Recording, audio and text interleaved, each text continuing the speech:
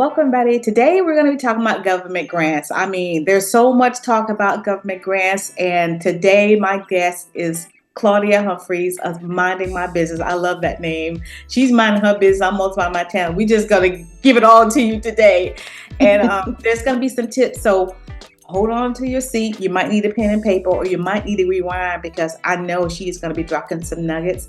And I like to say, if you'd like to book an appointment with me, just click on the link in my description button below, and I'll see you at the Yeah, end. there are so many different topics that we can talk about for nonprofits, especially when there's a new administration um, in the White House. Laws change the beginning of the year, different things of that nature. And I know nonprofits are always wondering where, how to get funding for their mission, their cause, and the things that's important to them. And I know the other day you and I had talked about our nonprofits, Aretha, my nonprofit, I would say 90% grant funded Mm-hmm. and 10%, I was creative and found ways to fund my nonprofit. And there are different ways that individuals can do that. But in a landscape now, being 90% funded by grants is a little scary. And It's your scary. nonprofit, how was your nonprofit structured? Yeah, totally.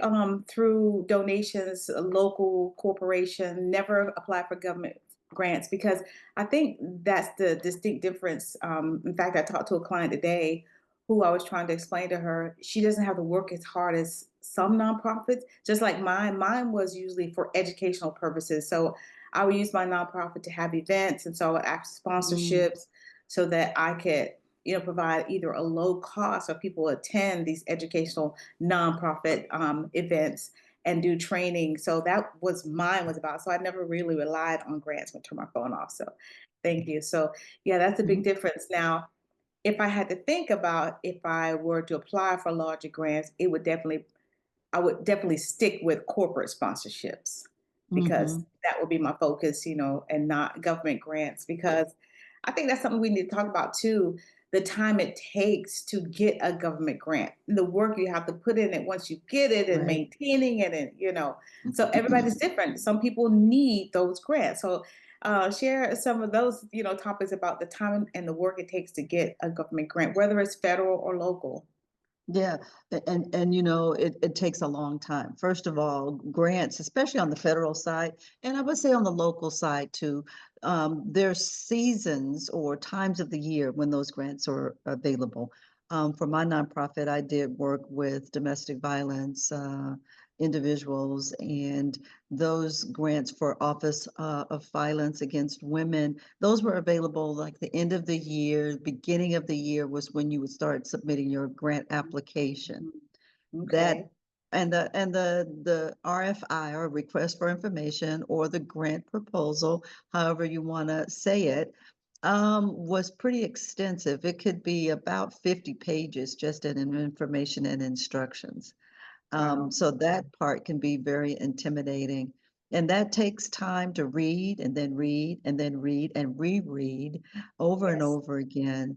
And then once you've put together what you believe is a successful grant application, there's the time to submit it. And then you have to wait and you have to wait. Usually you won't hear anything about your submission until the end of that year that you submitted your grant application. Mhm. So if you submitted it in January, February, you won't hear anything about it, the results of it, until October or November of that year. And you won't start receiving funds until the following year. See. So that's a whole cycle of a little bit over a year to get those government grants and get them funded and get funds in your um, bank account. Yeah, and I hope people picked up everything you were saying. If not, you need to rerun this video because there was a whole lot of information that she shared. And the key word that you said, cycles. So when you're not getting that funding, you definitely have to be thinking about what you're doing in that cycle where you need funding. So, Mhm. what were you doing with your nonprofit when you didn't have that government grant, or when the government grants did come in that sustain you where you didn't have to do any fundraising? So, I would like to hear about that and for people to kind of get understanding. Right. Well, that was when that 10% of funding would come in. And that funding consisted of local county grants and different things of that nature. The cycle for those, as far as when the grant application was submitted, or when the grant proposal was even available. And then the grant application submitted, I would say January. You would hear from them about June or so, and possibly start your funding cycle around July.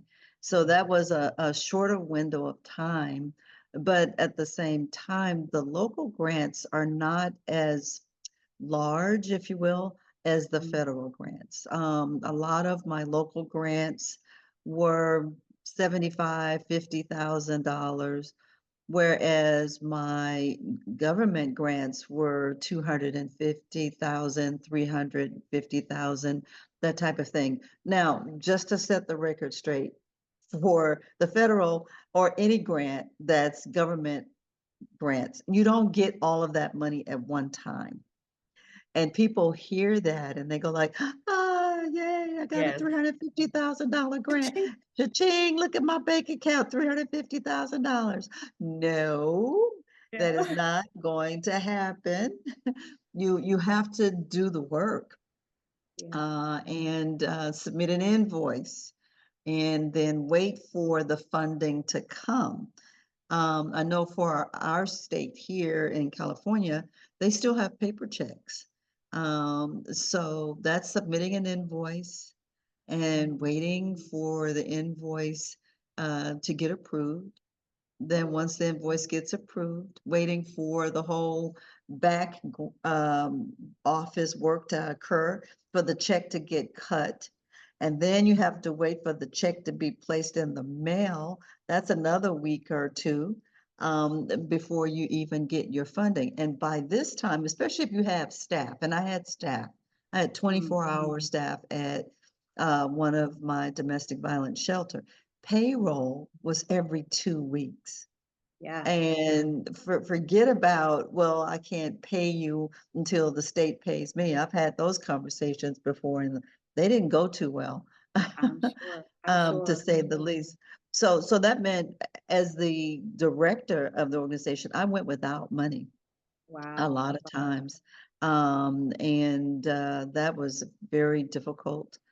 I did have some retirement funds, and I would put my own funds into my nonprofit to keep the doors open. That's Okay. not necessarily the best way to do it. Um, Right. but when your back is against the wall and you have families that are relying on you in shelter, and then families relying on you who's actually operating the shelter, that's a lot of pressure. It's So, a lot. It's yeah, a it's lot a of lot. pressure. I want to go back to two things you just said. When you said the word invoice, because I want people to understand. I want to see the word big invoice going across the screen. Invoice is sometimes you've already paid for things and you're Mm-hmm.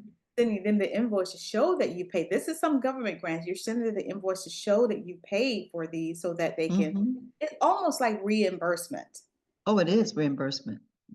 There you go. It is. It I just is. want people to understand that because a lot of Mm-hmm. times, and the second thing I wanted to bring back up is that you were using a lot of your own funds. So this nonprofit, and I'm not saying this, to be like people to be scared of nonprofit because for profits, they're constantly borrowing loans from the bank or using their own credit cards or borrowing from somebody. So it's the Right. same in both worlds. Right. It's the same in both worlds. So the nonprofit, a lot of times the funder is possibly using their own funds, as Claudia Mm-hmm. said, or Mm-hmm. borrowing or trying to raise funds. Now, Mm-hmm. in your case, I know you said that you had the 10%, 90% was government funding, and 10%. What was the other 10% coming from you? Was it coming from you or other public individuals or private foundations? Well, it was coming from a combination of several things. One from myself, family and friends. Another thing that I did for my nonprofit was to be strategic in getting other contracts. Now, contracts are different than government grants or grants, period. Okay. So I contracted with Social Security Administration at that time, actually. And they had a program where whether you were a for-profit or a non-for-profit, you could sign on to get a contract. And with that contract, what we were responsible for was helping individuals who were on Social Security find employment so they can come off of Social Security. Ooh. Oh. And that was something that I did in my spare time. Okay. Okay. I want to hold it right there because I don't want you to go past that. So that was basically you finding another way to put for profit into your nonprofit. I don't want Exactly. people to miss that because see, we didn't paint the picture like that, but when you do have a nonprofit, you do have to find ways of generating income. And so you're very smart. I mean, that was very smart. That takes Mhm. and a lot of time. So I'm sure that was a lot of your mental and physical and spiritual strength to do something else Yeah. besides making sure your nonprofit was running 24/7, by the way. My God, Yes. Yes. 24/7. So you found a way to put some for profit in your nonprofit. Look, that's going to be a whole nother webinar that we have to do. Oh, A it, whole it certainly is. It yeah, certainly because is. I mean, we have a list from us doing this so long. We can tell you what other people have done to put for profit into their nonprofit because you have to Hmm. do that. So I want to go back to because we're in this climate where the government's getting shut down, different parts of the government, and a lot of them are struggling. And what people don't realize, the government is a big old fat nonprofit. Did y'all know that? Yes, Wow. Yeah. yeah. Yeah. The government is a big nonprofit. That's why a third of the income that flows through nonprofit is mostly from the government, because that's, you're talking about Department of Education, Department of Justice, um, Department of Transportation. I mean, we can Mhm. go on and on and on that people don't realize that these are nonprofits. And so a lot of them are losing funding. And I don't know, I mean, I personally have only talked to a few organizations who are fearful of losing their funding. They have not lost their funding as of this date. But with things Mm. being announced one day and then things changing the other day, it certainly put a lot of fear in people. And so, tell me about a time when you were probably in fear of losing the funding and, where maybe that grant came through at the right moment to help sustain your nonprofit or keep doors open. Yeah, and that is such a good question because I can think of several times when that occurred. Mhm. And one of the first things that ran through my mind when funding was, I would say, on a seesaw. One minute it's coming in, the next minute it's completely stopped. Mhm. Um, Besides not paying myself to reduce the overhead, was not paying, and this is a secret, not paying payroll taxes. Don't do Ooh, that. Don't do that's a that. big one. Don't do that. Yeah. Ooh, And just that's why I said it's a secret, but don't do that. Whoever's listening to this, do not, let me repeat that, do not do that. But at the time, in my mind, what was going on was I needed to make sure that the doors stayed open yeah. for because I had three shelters. So I had families Wow. in all three shelters. I had a crisis shelter where it was crisis. You're in a crisis, we find room and space for you in our shelter. So I couldn't cut back on that because in my mind, if I cut back on that, people might lose their lives. Mm, So that was the thing that was really pulling on me, tugging on me. Second shelter we had was transitional shelter, was a little bit more stable, and families could stay there for 2 years. And then the third one was a permanent shelter. So the pressure was not on the second and the third shelter, but on the first one. And we had a 24-hour crisis hotline as well. So I'm thinking about 24 hours of crisis, no money's coming in. What can I cut back on? Or Wow. where can I go to find money that I haven't already gone? I mean, I'm writing grants when I'm at night while I'm running the office and business in the daytime. And I was usually writing grants out of the shelter because sometimes when I didn't have staff, I couldn't schedule staff because there was no funding. I would work the shelter, work the crisis line, and also I'm writing grants. And I'm doing all of this just so that I can save lives. And again, that was in the back of my mind. Having been a survivor of domestic violence, I think what I was doing subconsciously was saving myself over and over Woo, again. girl. Uh, Woo, so woo, so so so woo. so so with that drive and that pressure, I talk to a lot of people about money. Do you have any? Would you like to donate? Would you like to volunteer? I mean, there's different ways to keep things going. Instead of having paid staff the shelter, I had volunteers. So that was reducing the overhead as well. I would work the staff myself. Um, and and it was just interesting, how things worked. It was, That I was hope that, did powerful. that answer your question, Aretha? I mean, That I was, was more. You dropped so many nuggets, so many seeds. You answered my question, then gave me so many other questions to ask. That was so good. Oh my God, everybody. I don't know if you caught all that. I'm telling you, like I said at the beginning, you might need to rewind. I'm sure you took some notes, but make sure you talk about the payroll aspects, the waiting on the invoices, I mean, there were so many things, the paying yourself, not paying yourself.